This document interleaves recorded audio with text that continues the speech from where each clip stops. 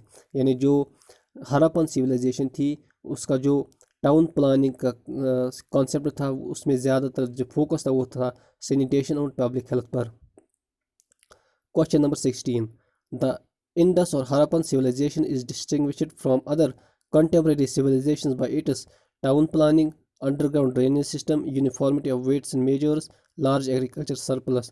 اس کا جو آنسر ہے وہ ہے انڈر گراؤنڈ ڈرینیج سسٹم.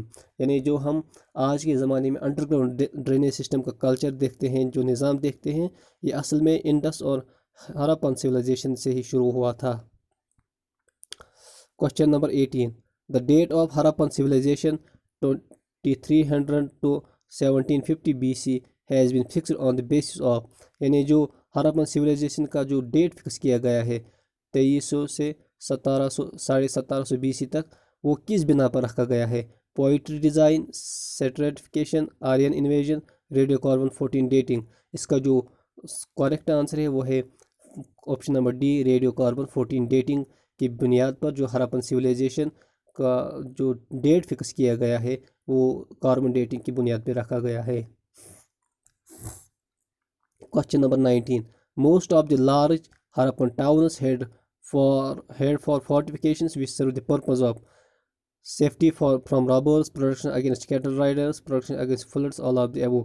یعنی جو ہراپن ٹاؤنز تھے، جو ہراپن جو قصبے تھے، ان میں جو بڑے بڑے دیوار بنائے گئے تھے وہ کس پرپز کے لیے بنائے گئے تھے؟ وہ ان سارے پرپز یعنی بچاؤ تھے چوروں سے بھی، یہ مویشی چوروں سے بھی یا سیلابوں سے بھی. یعنی اس کا جو آپشن ہے کریکٹ آنسر ہے وہ ہے all of the above. 20. Question number 20.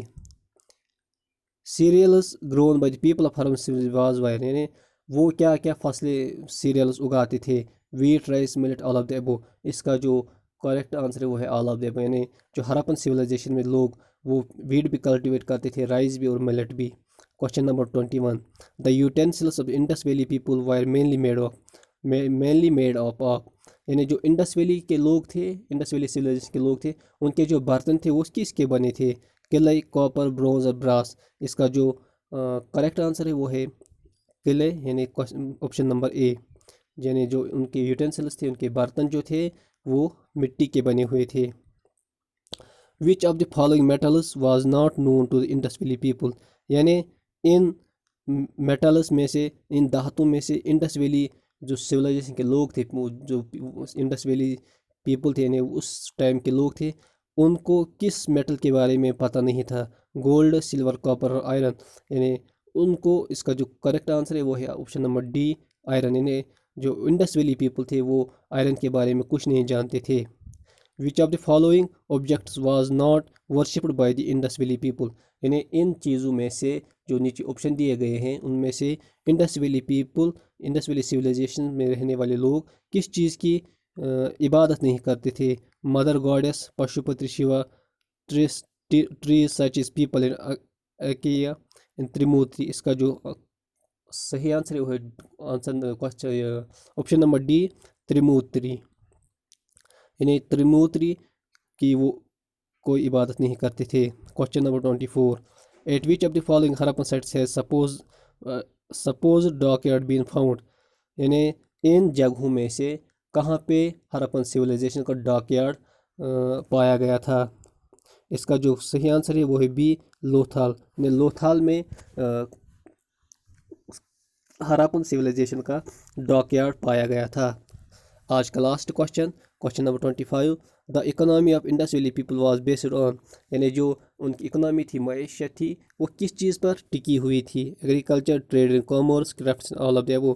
اس کا جو صحیح آنسر ہے وہ ہے آل آف دی ابو. یعنی ان کی اکنامی ساری کی ساری ایگریکلچر پہ ڈٹی ہوئی تھی یا ٹکی ہوئی تھی، ٹریڈ اینڈ کامرس پہ تھی، کرافٹس پہ تھی.